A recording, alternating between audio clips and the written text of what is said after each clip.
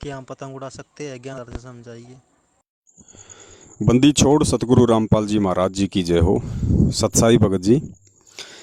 भगत जी, देखो, जो ये पतंग उड़ाने की जो बात है ना, ये हमें अब परमेश्वर के ज्ञान आधार से बहुत कुछ हमने चिंतन मनन करना पड़ेगा मालिक के ये सत्संग सुन के। क्योंकि हम जो भक्ति कर रहे हैं भगत जी, वो परंपरागत जो भक्ति है जो इस संसार में जो लोकवेद के आधार पे की जाती है। बरसों से हमारे जो बुजुर्ग हैं, जो वो राधे राधे राम राम श्याम मिला दे, जय माता जय हनुमान जय गणेश जो पूजते आ रहे हैं, मंदिर मस्जिद मठ गुरुद्वारे तंत्र मंत्र जो भी करते आ रहे हैं भगत जी, उन भक्तियों में ये कोई बाधाएं नहीं है। चाहे आप चाहे बकरा खाओ, चाहे शराब पियो, चाहे जो मर्जी आप करो, ना कोई रोकने वाला, ना कोई टोकने वाला, ना कोई मान मर्यादा, ना किसी को पता। लेकिन अब हमें जो भक्ति मिली है भगत जी, वो पूर्ण परमेश्वर की मिली है। और ये जो भक्ति विधि है, इसकी जो मर्यादाएं हैं, वो भगत जी बिल्कुल जगत के जो लोकवेद हैं उसके बिल्कुल विपरीत हैं। और ये बातें हमें पता चलेंगी पूज्य गुरुदेव जी के सत्संग सुनने से। तो गुरु जी ने क्यों मना किया, इसके भगत जी दो रीज़न है। ठीक है, सबसे पहला रीज़न तो ये होता है भक्ति मार्ग में, यदि हमें अपने गुरु ने यदि मना हमें ये कर दिया कि बेटा तुमने इस रास्ते नहीं जाना, तो भगत जी उस रास्ते में चाहे फूल बिछे हों, चाहे उस रास्ते में कांटे बिछे हो, हमारे लिए गुरु आदेश सर्वोपरि है। हम उस रास्ते में नहीं जाएंगे क्योंकि वो गुरु का वचन है। फिर भी यदि हम उस रास्ते में जाएंगे तो हम गुरु जी के वचन को काट के जा रहे हैं। गुरु के वचन की अवहेलना होने से फिर हम उस परमात्मा से ऑटोमेटिक भक्ति मार्ग से दूर हो जाते हैं।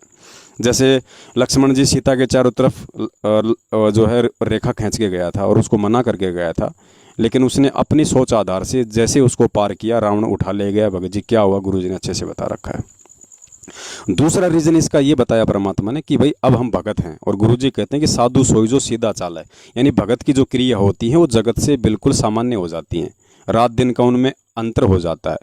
अब हम ये पतंग उड़ाएंगे तो भगत जी हमें इससे क्या मिलेगा? पतंग उड़ा के बताइए क्या मिलेगा? कुछ नहीं मिलेगा। गुरु जी ने बताया कि बेटा इससे तुम्हारे समय और समासों की बर्बादी होती है, तुम्हारे समय और समासों की बर्बादी होती है।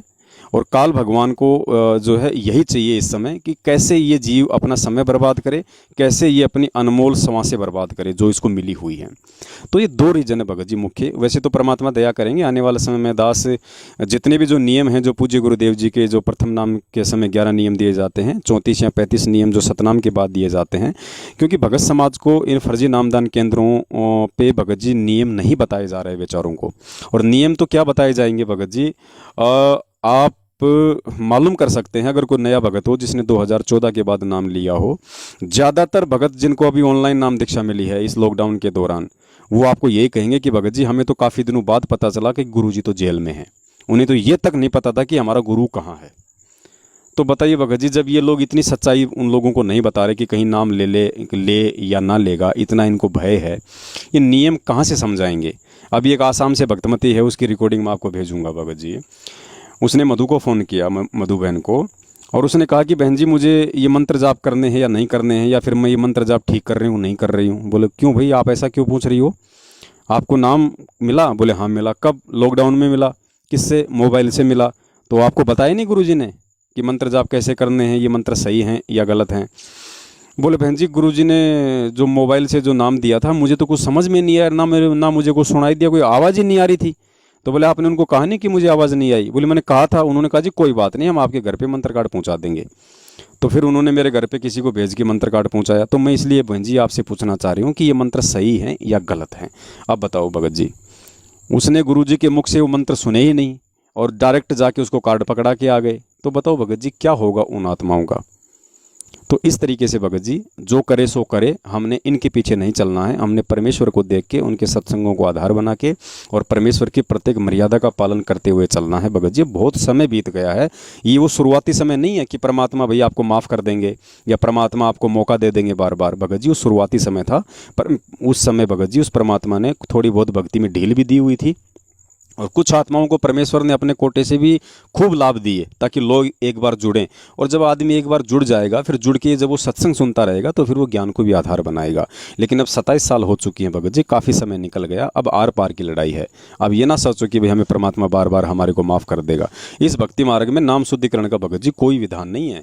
ये तो एक मौका देता है परमात्मा ताकि आत्मा का दिल ना टूट जाए और वो ये सोचे कि ठीक है मेरा नाम शुद्ध हो गया, मैं फिर से भक्ति पे लग गया। बाकी इसमें शुद्धिकरण का कोई विधान नहीं है। ये नाम है परमेश्वर का, अखंड है, ये कभी मैला नहीं होता, ये गंदा नहीं होता भगत जी। बीज जो है नाम रूपी जीवन में एक बार ही अपने मतलब हृदय में परमात्मा डालता है, बार बार नहीं डालता ये। तो हमने बहुत संभाल के इस नाम को भगत जी, जैसे कोई माता गुरुजी ने बताया ना उसके पेट में बच्चा है वो कितना संभाल के रखती है। तो ये छोटी छोटी जो बातें हैं ना, पतंग उड़ाना, ये गिल्ली डंडा खेलना, ये क्रिकेट खेलना, ये टीवी देखना, भगत जी छोटी बात नहीं है। क्योंकि गुरु का वचन ना छोटा होता है ना बड़ा होता है। गुरु जी का वचन वो भी इतना इंपॉर्टेंट है जो उन्होंने कह दिया बेटा मांस नहीं खाना, शराब नहीं पीना, देव देवता नहीं पूजना, और गुरु जी ने ये कह दिया कि बेटा ताश खेलने वालों के पास भी नहीं बैठना, तो वो भी गुरु वचन ही है। भगत के लिए दोनों की वैल्यू बराबर है, कोई छोटा बड़ा नहीं होता नियम। तो अब भगत जी हमने परमात्मा को दुखी नहीं करना, परमात्मा को अब हमने खुश करना है, हमने उसको प्रसन्न करना है, ताकि आने वाले समय में हर विपत्ति से वो हमारी रक्षा करे भगत जी। सत साहिब, जय हो बंदी छोड़ की।